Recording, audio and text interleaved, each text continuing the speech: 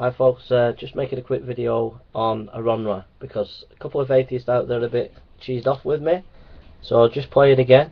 They bang on all the time, they want evidence, and I've just found this clip, and it's an interview with young Hovind with AronRa, and I want you to listen to this. Perhaps I'll put it here, you can actually see it.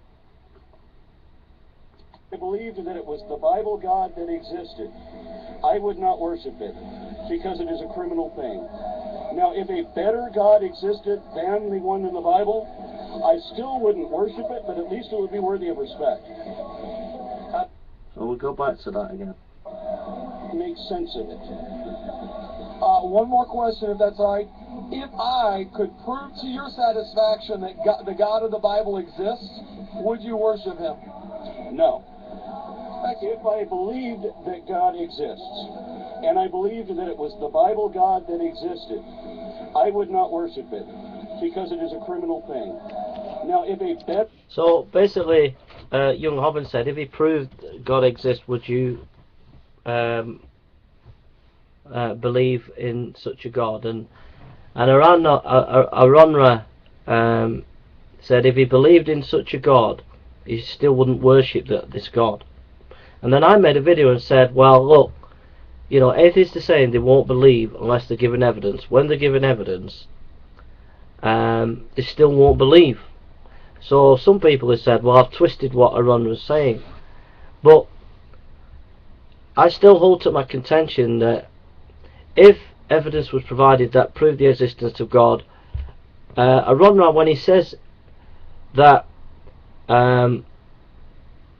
even though he would believe, he still wouldn't worship the existence, worship God, is still not believing. You know, in the Christian faith, belief is intellectual and it is moral. To believe in the Christian faith is intellectual and moral. It is to have an act. It is an act of worship. So it's not just purely an intellectual assent to believe in God. It is part of it is intellectual, but part of it is also to worship.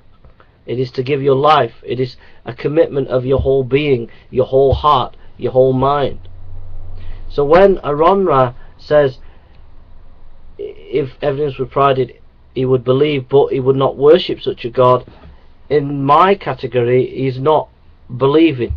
He's not really truly believing in such a God.